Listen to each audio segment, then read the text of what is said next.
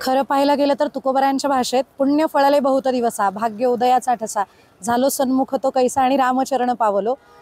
उभ्या भारतभराला 500 वर्षापासून प्रतीक्षित असणारं जे प्रभू रामांचं मंदिर आहे, ते मंदिर आपल्याला बघायला मिळणार आहे.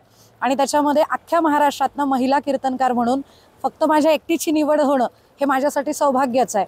सबंध साध्वींमध्ये महाराष्ट्रातनं फक्त 5 साध्वी आहेत आणि त्याच्यामध्ये महिला कीर्तनकारांमध्ये मला हा मान मिळाला. मी खरंच ही ज्ञानोबा तुकोबांची, मुक्ताईंची आणि पांडुरंगाची माझ्यावरती कृपा मानते.